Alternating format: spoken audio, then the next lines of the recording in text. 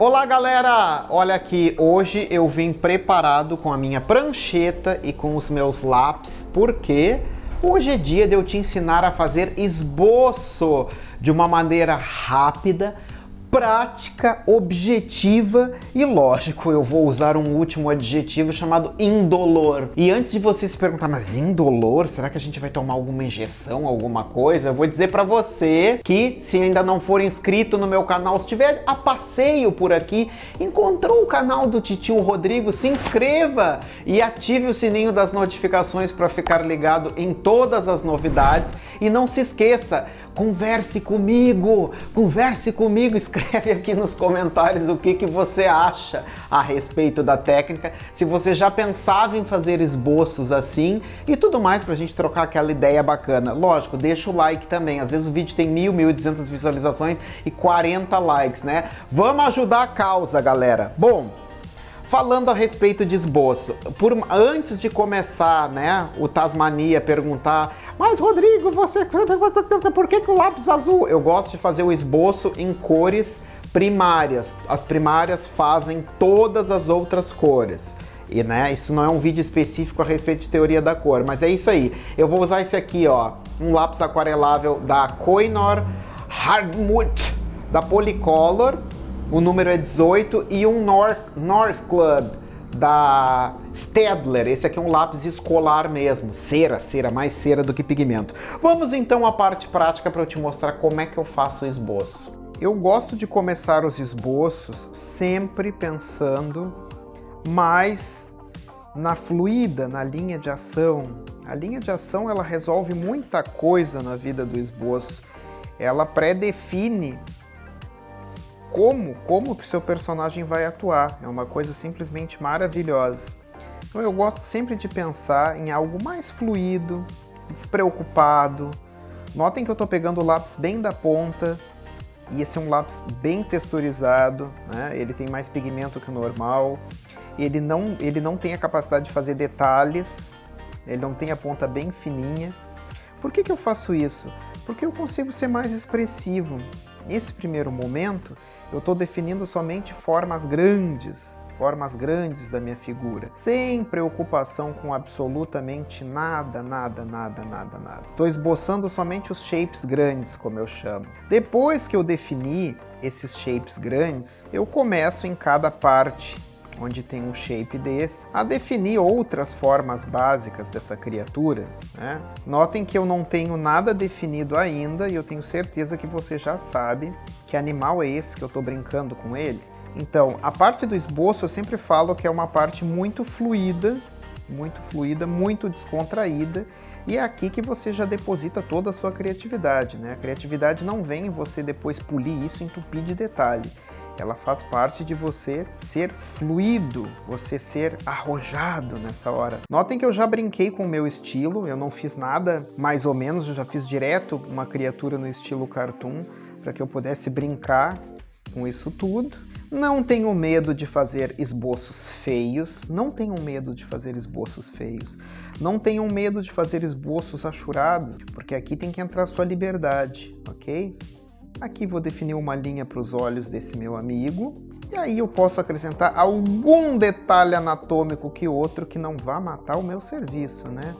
Se for prejudicar o meu serviço, eu já desisto logo de cara e passo para um outro esboço. Bom, tenho aqui então o esboço rápido dessa criatura, e para que eu possa estar refinando um pouco mais a ideia, você pode vir em cima dessas formas básicas que você passou, e aí notem que eu já pego o lápis mais próximo da ponta, né? Aqui eu faço fluido, justamente para não pesar a mão, e quando eu quero dar aquela refinada amiga, ó, eu pego ele mais lá da ponta.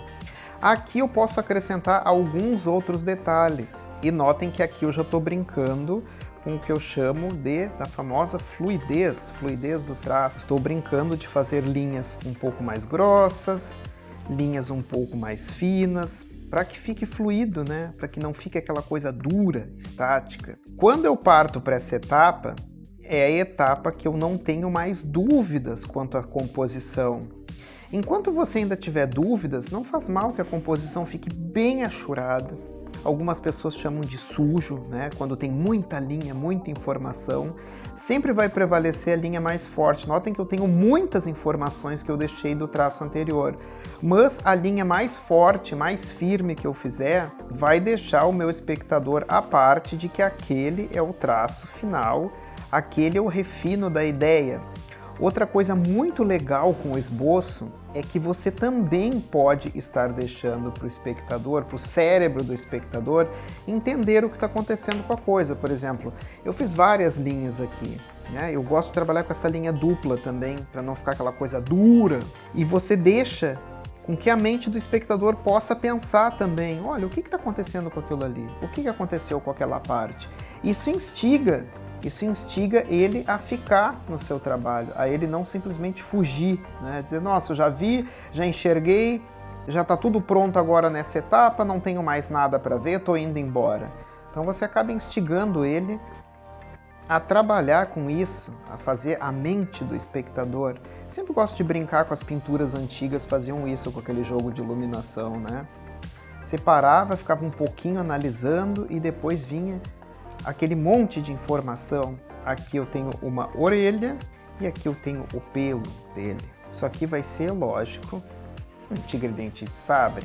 Não se sabe muito bem a respeito da pelagem, né? Não existe registro que mostre a pelagem, mas eu vou fazer jus ao nome tigre-dente de sabre, que não tem nada a ver, que precisa ser assim, né, gente? Mas o meu vai ser. E aqui eu vou colocar alguns detalhezinhos, alguma coisa do tipo para ele ficar divertido. Orelhinhas mais escuras, e aqui tudo escuro. Tudo escuro. Ok, esse tecnicamente é o meu esboço. Aqui eu tenho o meu esboço. Se eu quiser passar limpo isso, se eu quiser passar limpo essa ideia, eu não preciso nem transferir para um outro papel. Eu posso simplesmente pegar um lápis com um tom mais escuro, né? Isso aqui é praticamente não vou dizer que é um azul ciano, porque o azul ciano é muito mais vibrante, muito mais claro que isso, mas é um azul, e aqui eu tenho um marrom. Então eu posso brincar de vir por cima disso e agora sim, de vez, refinar essa ideia. Vou ir refinando esse meu amigo. Qual é a diferença entre este e este? Este é um lápis de aquarela e este é um lápis extremamente pigmentado. Se eu for finalizar ele com qualquer coisa e passar uma borracha, ele tanto vai sair quanto se eu lavar com água, ele vai sair e se misturar a cor, né? Aí eu tenho certeza que você vai perguntar, Rodrigo, por que você usou um lápis azul para fazer esse esboço? Eu usei o lápis azul para fazer o esboço porque é uma cor primária. Qualquer outra cor que eu colocar aqui, ele não vai influenciar, né? Ah, mas se eu colocar um amarelo, ele não vai ficar verde? Ah, mas ele é tão, né? Você vai lavar ele vai ficar tão discreto que não vai aparecer isso aí.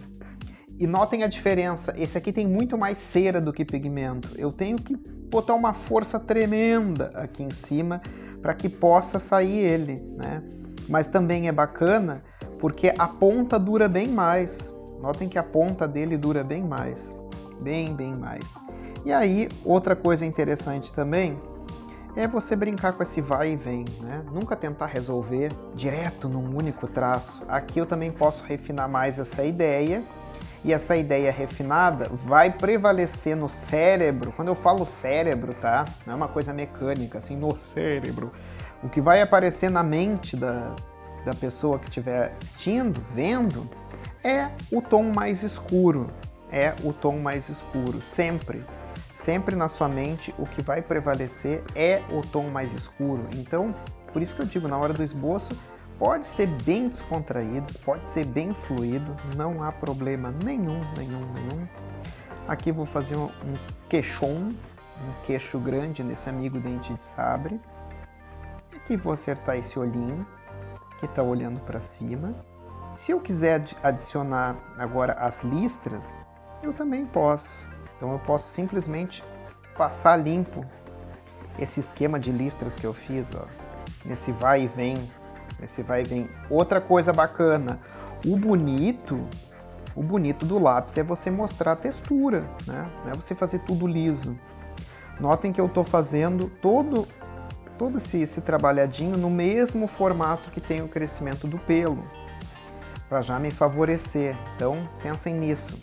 Puxem o pincelão no mesmo formato que tem o objeto. Isso vai ajudar você a criar uma ilustração bem mais dinâmica. Aqui assim, aquela brincadeirinha, né, de 1, 2, 3 pontinhos para as barbas, narizinho. Não vou fazer detalhe nenhum no nariz, só fazer ele assim. E posso puxar 1, 2, 3, 1, 2, 3. E agora você vai ficar com a parte final acelerada. Acelerou o coração. Deu refinando essa ilustração.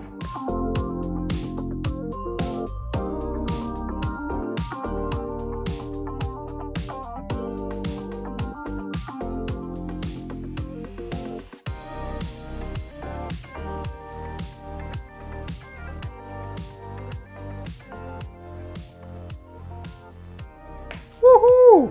Feito o carreto, finalizado então. Bom, agora que você já absorveu essas dicas e agora que você vai começar a colocar em prática, tenho certeza que, meu Deus, bateu aquela vontade, mas eu não tenho lápis azul e não tenho lápis marrom, faça com os que vocês tiverem em casa, ok? Deu aquela vontade de desenhar, desenhe, ponha em prática e lógico, volta aqui no vídeo e conta pra mim o que você achou. E eu te espero em um próximo tutorial. Até lá!